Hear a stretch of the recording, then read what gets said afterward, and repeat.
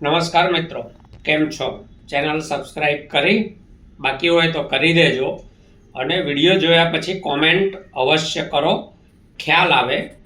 તમારું કોઈ સૂચન હોય તો પણ કરો.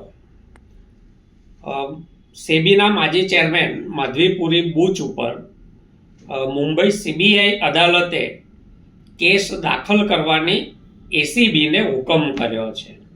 આ માધવીપુરી બુચ કોણ છે? માધવીપુરી બુચ સેબીના ચેરમેન, એમનું કામ છે રોકાણકારોના હિતોને જાળવવાનું.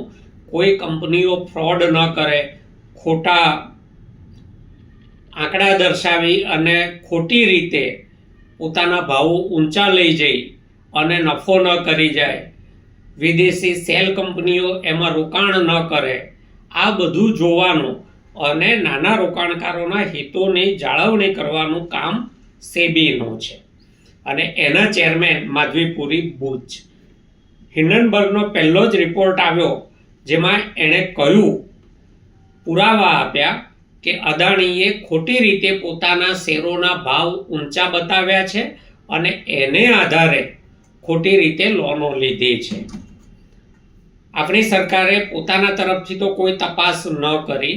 સેબીની પોતાની જવાબદારી હતી કે આવો કોઈ રિપોર્ટ આવે તો ઊંડી તપાસ કરે અને એને ખોટું થતું હોય તો અટકાવવા માટે જરૂરી પગલાં ભરે. માધવીપુરી બુચ પણ ચૂપ રહ્યા. ખૂબ વિવાદ થયો. મામલો સુપ્રીમ કોર્ટમાં ગયો તો જે તે વખતે સુપ્રીમ કોર્ટે પણ જેની સંડોવણીના આક્ષેપો હતા રિપોર્ટમાં, એને જ તપાસ કરવાનું, કમિટી બનાવવાનું અને સુધારાના પગલાં લેવાનું સૂચન કરી અને આખો મામલો રફે દફે કરી નાખ્યો. હિન્ડનબર્ગનો બીજો રિપોર્ટ આવ્યો.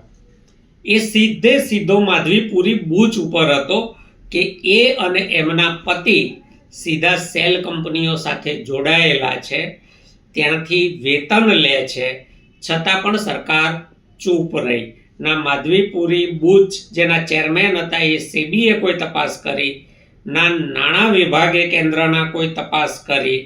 મામલો રફે દફે પોતાની રીતે કરી નાખ્યો.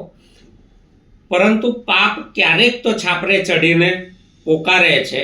દેશમાં જાગૃત નાગરિકોની કમી નથી. એ આરટીઆઈ કરે છે, પત્રો લખે છે, ફરિયાદો કરે છે, એટલે ક્યારેક ને ક્યારેક પાપ છાપરે ચડીને પોકારી જાય છે. એક જાગૃત નાગરિકે ઈડીને લખ્યું, સીબીઆઈને લખ્યું, એસીબીને લખ્યું, નાણાં વિભાગને લખ્યું. કોઈ આ મામલે તપાસ કરવા માગતું નહોતું. એણે કંટાળીને છેલ્લે સીબીઆઈ કોર્ટમાં કેસ દાખલ કર્યો કે સેબીના આ કૌભાંડોની તપાસ થવી જોઈએ. પૂરતા પુરાવા છે કે ત્યાં કૌભાંડો ચાલી રહ્યા છે. કોર્ટે પ્રાથમિક પુરાવા જોયા પછી એમને લાગ્યું કે પૂરતા પુરાવા છે, મામલો ગંભીર છે, આની ફરિયાદ દાખલ થવી જોઈએ. એટલે કોર્ટે માધવીપુરી બુચ અને બીજા 3 સ્વતંત્ર ડાયરેક્ટરો સેબીના અને કર્મચારીઓ, એમની સામે એફઆઈઆર નોંધી તપાસ કરવા માટેનો હુકમ કર્યો. આ માધવીપુરી બુચ જ્યારે એમને લોકસભાની પબ્લિક એકાઉન્ટ કમિટીએ તપાસ માટે સવાલ જવાબ માટે બોલાવ્યા ત્યારે પણ હાજર નહોતા થયા. એમને જો સરકારનું મજબૂત પીઠબળ ન હોય તો કોઈ ચેરમેન એટલી હિંમત ન કરે કે એ લોકસભાની પબ્લિક એકાઉન્ટ કમિટી સામે હાજર ન થાય. સરકાર પોતે તો આખા મામલામાં ચૂપ જ રહી છે, પરંતુ કોઈ તપાસ કરવા માંગતું હોય તો એને પણ અટકાવવાના આડકતરા પ્રયત્નો આ મોદી સરકારે ભરપૂર કર્યા છે. એના આ બધા ઉદાહરણ છે. છેલ્લે હમણાં 2 દિવસ પહેલા રિટાયર થયા અને શુક્રવારે આ હુકમ આવી ગયો કે એમની સામે એફઆઈઆર દાખલ કરો. શું તમને લાગે છે કે એફઆઈઆર દાખલ કર્યા પછી આ મોદી સરકાર માધવીપુરી બુચની સામે સ્વતંત્ર અને નિષ્પક્ષ તપાસ થવા દેશે? આવું અત્યારે નથી દેખાતું, કારણ કે આમાં ઉદ્યોગપતિ અદાણીજી, બીજા અનેક ઉદ્યોગપતિઓ, વેપારીઓ, શેર બજારના મોટા સટોડિયાઓ, અનેક લોકોના નામ આમાંથી ખુલી શકે છે. કેન્દ્રના નાણાં વિભાગના નાણાં મંત્રીના પણ આને આશીર્વાદ હોય તો પણ તપાસમાં ખુલી શકે છે. અને છેલ્લે સૌથી મોટું નામ આ તપાસમાં જે સામે આવે એવી પૂરી સંભાવનાઓ છે એ વડાપ્રધાન મોદીજીની છે, કારણ કે એમણે પણ તો મધ્યમ વર્ગને શેર બજારમાં રોકાણ કરવાની આડકતરી સલાહ આપી હતી, અને દેશના ગૃહમંત્રીએ તો સીધી સલાહ આપી હતી કે ખરીદના હે તો ખરીદ લો. આ મધ્યમ વર્ગની મૂડી જે છેલ્લા થોડાક સમયમાં 92 લાખ કરોડ રૂપિયાથી વધારે ધોવાઈ ગઈ, એ આવા લોકોના ખિસ્સામાં ગઈ છે.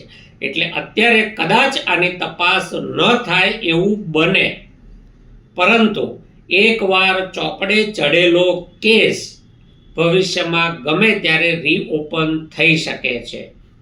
જ્યારે મોદી સરકાર સત્તામાંથી જાય ત્યારે આવનારી સરકાર આ આખો કેસ ખોલીને નવેસરથી સ્વતંત્ર તપાસ કરીને આજે જે લોકોએ મધ્યમ વર્ગના કરોડો રૂપિયા લૂંટ્યા છે એમને કાયદાનું ભાન ભવિષ્યમાં કરાવી શકે છે.